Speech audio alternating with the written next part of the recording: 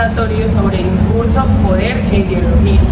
Hoy queremos entender cómo el lenguaje no es solo un medio para comunicarnos, sino también una herramienta que moldea pues la sociedad, que organiza relaciones de poder y que influyen en la manera en la que nosotros pensamos. Para eso tenemos invitados de lujo, como lo son el profesor Theo Van Dyck, reconocido investigador en lingüística y análisis crítico del discurso. También nos acompaña la profesora universitaria Valentina, quien trabaja el tema desde la educación, y nuestra socióloga Luisa, experta en desigualdades sociales, y nuestra política Alejandra, con amplia experiencia en comunicación pública. Antes de empezar, quiero traer 5 conceptos claves que van a guiar nuestra conversación. Está el del discurso, ideología, dominación, acceso y control del discurso. Así que sin más, empecemos con el profesor Van Dyck. Profesor, ¿qué es exactamente el discurso en este marco teórico? Muchas gracias por la invitación. El discurso es más que palabras, es una práctica social, una acción. Cuando hablamos, narramos, documentamos, estamos organizando realidades.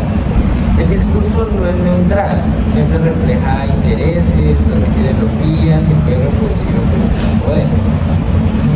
Por ejemplo, pensemos en cómo los medios representan a los inmigrantes. Si los describen con términos negativos, refuerzan prejuicios.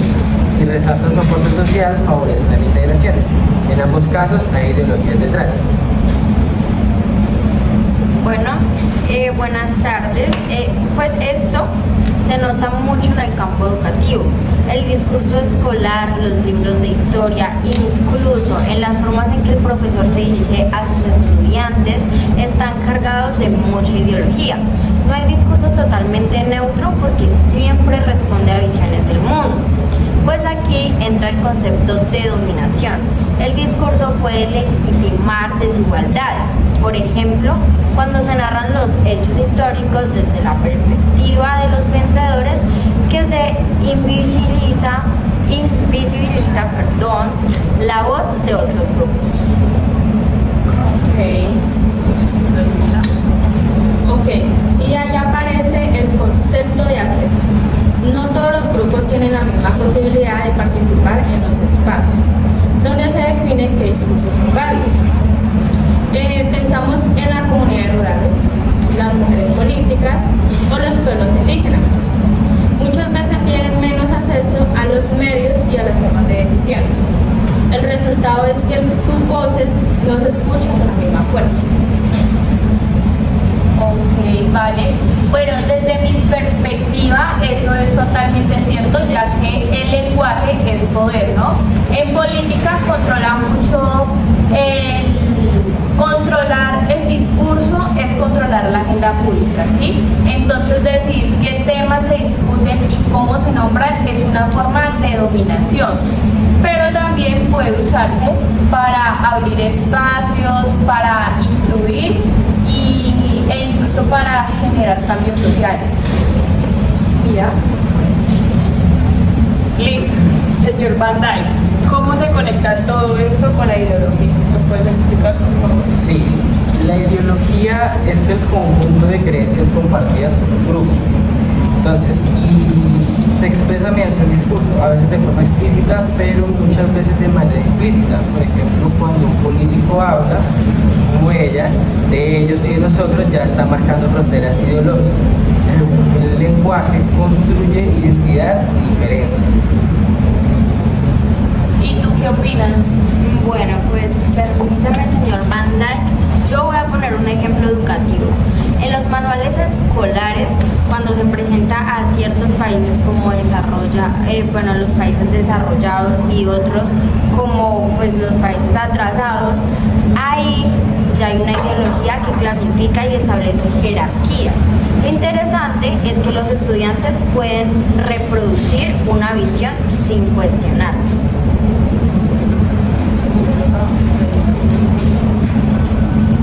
Esto se conecta con la dominación.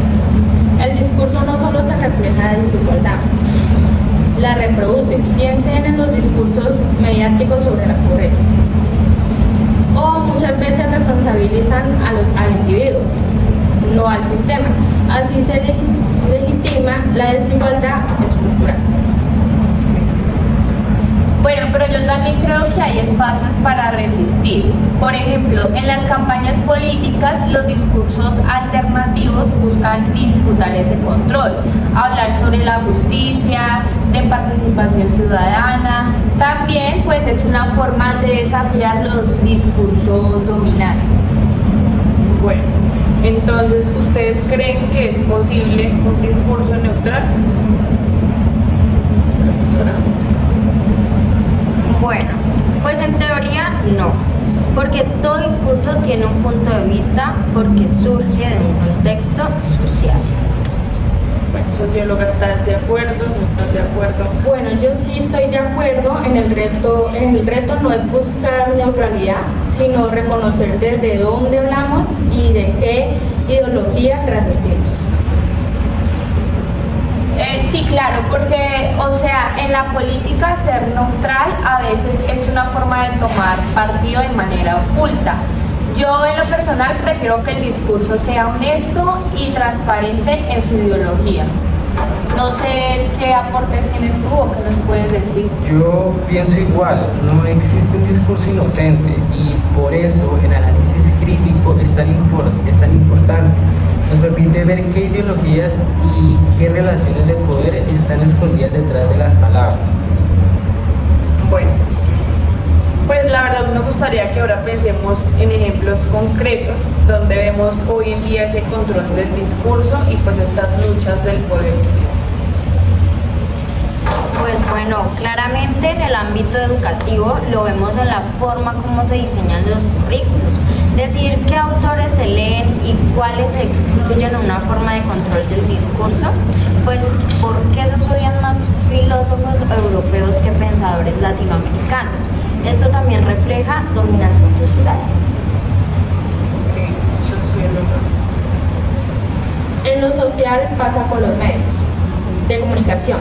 Un ejemplo actual es cómo se cubren las protestas sociales. A veces se habla de manifestantes como vándalos y otras veces como ciudadanos que reclaman derechos. La etiqueta cambia la percepción y ese control al discursivo. Bueno, en política se ve cuando se habla de reforma. Si yo digo reforma tributaria, algunos medios lo presentan como una carga para la clase media, pero hay otros como una medida para la equidad. La forma en que se enmarca el tema influye directamente en la opinión pública. A ver, lo importante es que el discurso nunca es solo retórica, tiene consecuencias prácticas.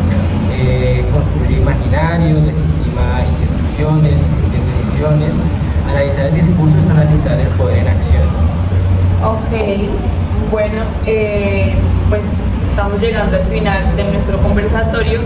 Quiero pedirle pues a cada invitado una pequeña conclusión como para dar cierre a este conversatorio. Pues vamos con la profesora. Bueno, pues para mí yo diría que el discurso en educación es clave para formar ciudadanía crítica. No basta con solo transmitir información, hay que enseñar a analizar ideologías. Una conclusión, socióloga. Para mí el concepto central es hacer. Necesitamos garantizar que más voces tengan espacios en los discursos públicos, especialmente los grupos históricamente excluidos. Bueno, desde mi práctica diría que el control del discurso es inevitable, pero debe ejercerse con mucha responsabilidad, ya que el lenguaje puede unir o dividir y los líderes debemos ser conscientes de ello. Yo creo que el discurso es poder, pero también es resistencia, porque reconoce las ideologías y las estructuras de dominación nos permite transformar. Claro, es muy válido. Bueno, hoy hemos visto que el discurso no es solo comunicación, es construcción de poder e ideología. Hemos hablado de cómo influye la educación en los medios, en la política y en la vida social. Por eso pues hoy nos acompañó una profesora, una socióloga y una política. Sobre todo entendimos que analizarlo críticamente es una herramienta para construir sociedades más justas. Entonces, muchísimas gracias a todos nuestros invitados y a quienes nos acompañarán pues, en un próximo conversatorio. Muchísimas gracias. Hasta luego. Gracias. Gracias.